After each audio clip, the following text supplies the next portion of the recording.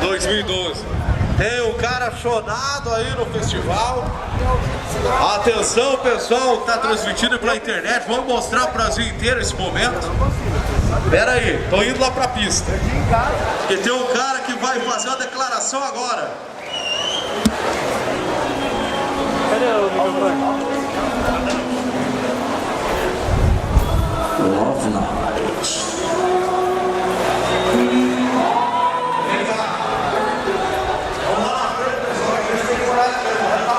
Isso é festival, hein? Esse cara sou eu.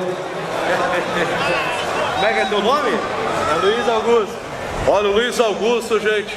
lá de Maringá. Ele é de Maringá. Conta a tua história pro povo aí, Luiz Augusto. O que você quer aqui no Festival Brasileiro de Arrancada 2012? Boa tarde, galera. Meu nome é Luiz Augusto, sou lá de Maringá. Hoje eu tô completando 5 anos de namoro e hoje é dia do meu aniversário também. Tem uma pessoa muito especial aqui. Ela me deu de presente a vinda até o Festival Brasileiro de Arrancada. Eu queria fazer uma declaração para ela.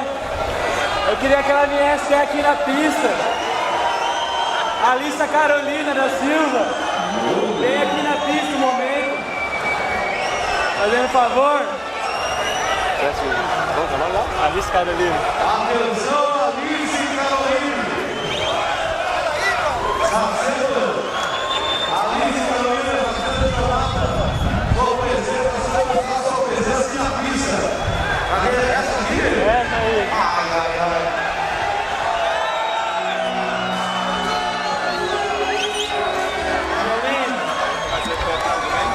Nesses 5 anos que eu estou ao seu lado, aprendi muito com você. Tenho muito a agradecer por você ser essa pessoa que eu sou hoje. A cada dia que passa, eu me apaixono mais por você. Pela sua surpresa que você fez hoje aqui no nosso camarote. Fez um bolo de 24 anos que estou fazendo hoje. Eu só tenho que te agradecer. Eu tenho um pedido para te fazer na frente dessa galera toda aqui, nesse testemunho. Eu tenho um pedido para fazer para ela.